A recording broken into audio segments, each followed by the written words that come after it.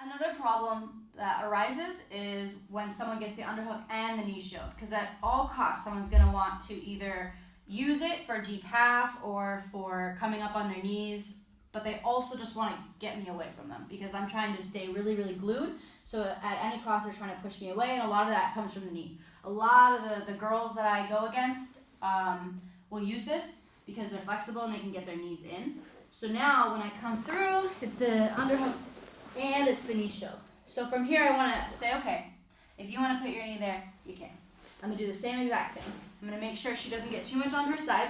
I'm going to clamp down and I'm going to find the pants, thumb in, and I want to clamp it still. But this time, we're actually going to take a different direction. I can no longer pull through and put my shoulder onto her sternum because the knee is there. I don't have the right leverage there.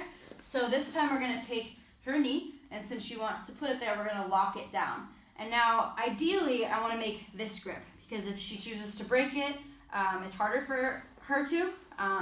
But for this case, I want to use this because it's more comfortable, and we're going to use it so fast that it's not going to matter. So I'm going to push this down to the mat. And if my knee is here, I just want to push my knee out of the way. Nothing else moves. And I still want to keep this clamped down. Now, I'm going to use this. I can actually lock my arm, and I want to use it to jump to the other side. So since her legs are on that side, all I need to do is get to the other side. Doesn't matter how. I can take a big step. I can do a cartwheel. I like to just put my shoulder down, my head down, and jump. That way we have the arm trapped, we still have thumb in the pants, and I still want to hold on to this grip until I can switch my hips, grab the cross face, turn my hip, have my knee touching, and put my hand on the mat, just like before, on my toes.